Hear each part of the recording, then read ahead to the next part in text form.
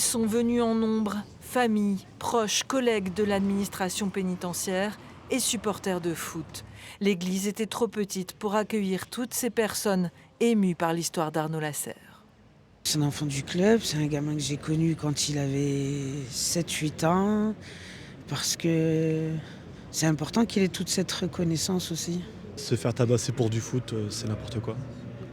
Et même si je ne connaissais pas personnellement, c'est encore apporter au soutien, quoi. Arnaud Lasserre s'était fait violemment agresser il y a 4 ans dans un café en marge d'un match du LOSC. Pour cet ami qui l'accompagnait, cela reste un choc. Je ne comprendrai jamais. Donc j'étais la troisième personne qui était avec lui lors de l'agression. Et donc aujourd'hui et dans toute ma vie, je reverrai toutes ces images et c'est pas logique où on en est arrivé. Je suis très triste pour sa famille et très triste pour tout le monde.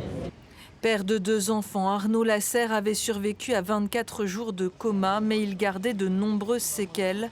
Une semaine après son décès, son frère est partagé entre tristesse et colère. C'est un véritable drame que la famille subit.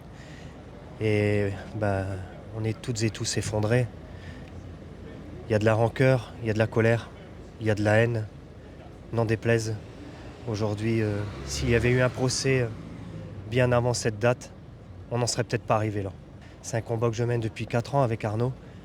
Et Arnaud, il avait qu'une chose en tête, c'était de vivre son procès et de voir ses agresseurs face à lui. La famille d'Arnaud attend maintenant des résultats d'analyse sur les causes de sa mort pour éventuellement faire requalifier l'agression de 2021 en homicide.